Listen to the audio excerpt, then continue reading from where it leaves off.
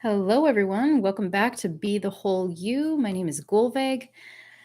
Okay, so we are having a full moon in Capricorn. That can be a little challenging sometimes for folks because Capricorn isn't the most lovey feely kind of sign. It's more associated with strategy, analysis. Um, it's more associated with thinking and in the head than it is with the heart. So this one though is a little bit different because there's a lot of aspects that have to do with cancer. And so we have this kind of beautiful opportunity to balance the heart with the head. That might mean balancing our commitments and our responsibilities to others versus balancing what it is that we truly need to nourish us. It can mean balancing the our family. How much do we give to our loved ones versus how much do we give to ourselves? It can mean or how do we have like a predisposition, for example, to do it is what it is that we think we quote unquote should do versus what our heart is truly telling us to do. So these are the kind of perspectives that might come up over the next couple of weeks where we might reanalyze what the heart is trying to say and feel into that versus what the head is trying to sell us on.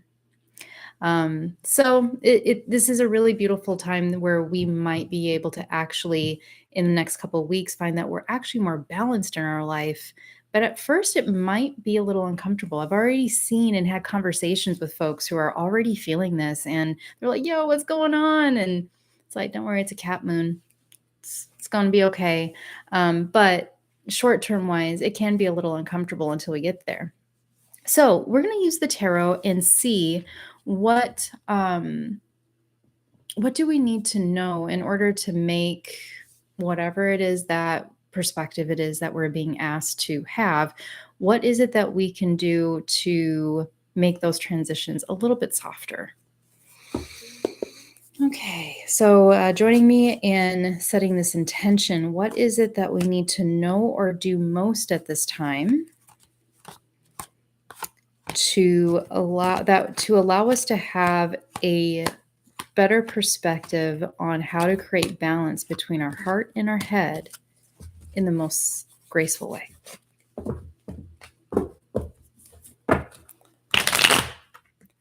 Okay.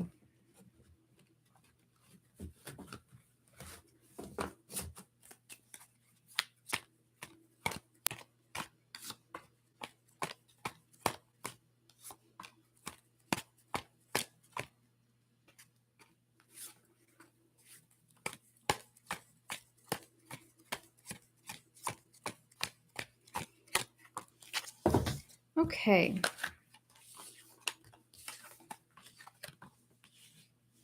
All right. We have some reversals, so it's already kind of giving us a little inkling into what some of those imbalances are. And reversal cards aren't always bad, folks. Sometimes when I do private readings and people see reverse cards, like, oh, it's going to be bad. But some cards actually have a better meaning when they're in the reverse versus right side up. So the very first card that comes up is Prince of Wands reversed.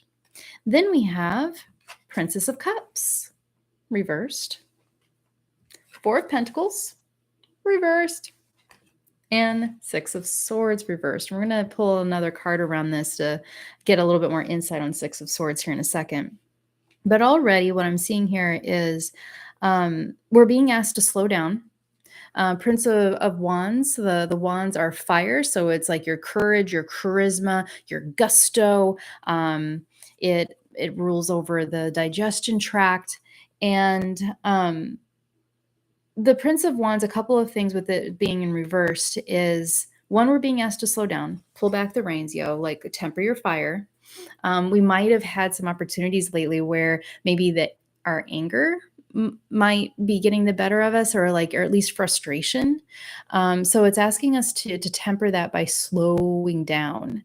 Prince of Wands reverse can also be associated with like the fire element getting out of control with the need to control.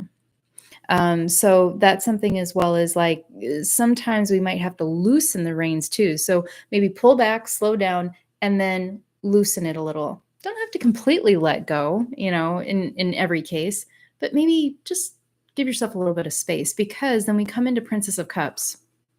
And the Princess of the Cups reversed is asking us to reconnect with our intuition and our imagination. This is a card that is about expecting the unexpected, surprises. So, what I'm seeing here between those two cards is if we give ourselves a little bit of space and we slow down, it actually is going to give us a little bit more space to allow the universe to bless us. If we're holding so tight, we become very rigid and we become less spacious. Even the mannerisms of control is like this, right? Like we're all like, oh. And so we need to have space in order to receive. And we will receive more divine guidance, more synchronicities, more creativity, more intuition if we just let go a little. Just let go a little. Don't should on yourself. Prince of Wands reverse can be like a predisposition to should on yourself. And that is the head telling you, like, because that's Capricorn, right? It's about responsibilities, and it's the like the that kind of father figure that's like, okay, you've got to clean your room and you've got to pay your bills, and all of that's true. And when we don't know exactly what comes next, or we don't know exactly what we're doing, that voice sometimes cannot just be about staying in alignment with our commitments. It can start becoming shaming, self-shaming, or guilting, or what I call shoulding on yourself. If it were up to me, if I could, I would take the word should out of the English language. I don't think it's very helpful. Don't should on yourself or anyone else. It's not polite. Okay, and now we have the Four of Pentacles reversed. So maybe some of the restriction that some of us are feeling is around physical resources like money and shelter. So if you're in transition right now and you are looking for a new job, or maybe you're in between jobs, or maybe some unexpected expenses have come up, that can make us go rigid and try to control probably quicker than almost anything else for most of us, because our income and our wealth is very much affects how safe and secure we are in this world. He who makes the gold makes the rules, right? So this can be a predisposition to hoard, to uh there might be a temptation, especially like with job situation and such, to maybe take just like the next thing, even if our heart is like, no, no, no, you're going to hate that job, or no, don't take that opportunity, it's not right for you, or whatever it might be. You're not going to have a work-life balance, you already know that. We might be tempted to just take the next thing because we need that safety. And there's a warning here of doing that, because what this really is all about is Six of Swords reversed is about being stuck. Oh, Six of Swords is a card when it's right side up is like these folks in the boat. They are shoving offshore, and you might not be able to see it very well, but the water in the foreground is really rocky. So the challenges are going to be temporary, because the water in the background is nice and smooth. So it means it's a card where we're making a transition, and temporarily there are some challenges, there's some discomfort, seasickness, right? But up ahead there are blue skies. So like that discomfort is temporary. When it's reversed, though, it means that we're not even shoving offshore. There are some decisions that maybe are coming up for some of us that really need to be made, and we're afraid to make them, or we don't know which way to go. And so let's pull a clarity card on Six of Swords. What do we need in order to get unstuck from the Six of Swords reversed and start to make momentum in the best direction. I'm going to pull one more.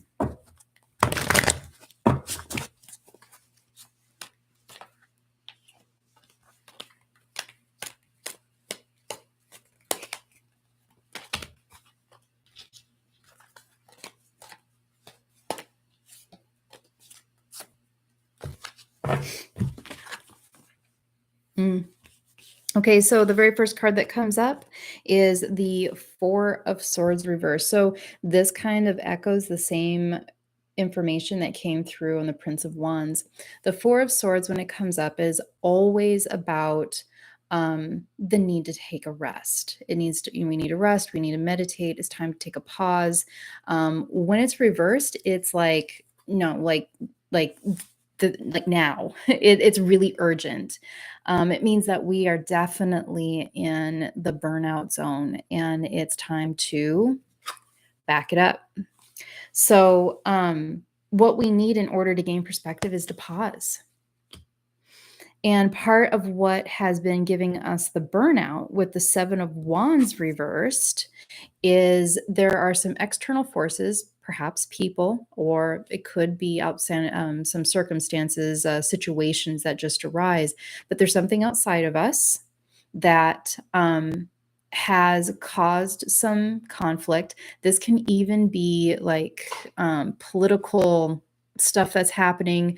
There's a lot of things that are going on right now that are making people upset. And what that has done is that's causing some sort of internal conflict where we're questioning, well, where's my place within that? What do I need to do? How should I respond? Should I respond at all? Those are all very valid questions. And that is creating some mental loops that's actually giving us like a parasitic drain on our energy. So if we're running in circles, it's time to stop running. Just stop, because running in circles isn't getting us anywhere. And if we try to force, then we're going to end up making this situation a lot worse. We're going to end up being a lot more tired, and we might end up our bodies, our lives might force us to pause if we choose not to listen when the situations arise, and when we know what's best to do, then we end up usually not so happy for it. This happened for me this week. Those of you who are in my newsletter know that this video is coming out late. Thank you so much for your patience, because this week, all out of a sudden, I came down with a cold. And this was it. In my case, it was, your heart knew that it's better to just pause the heart at time. Folks, restful and with yourself. Journal. Be compassionate, where we'll take a look.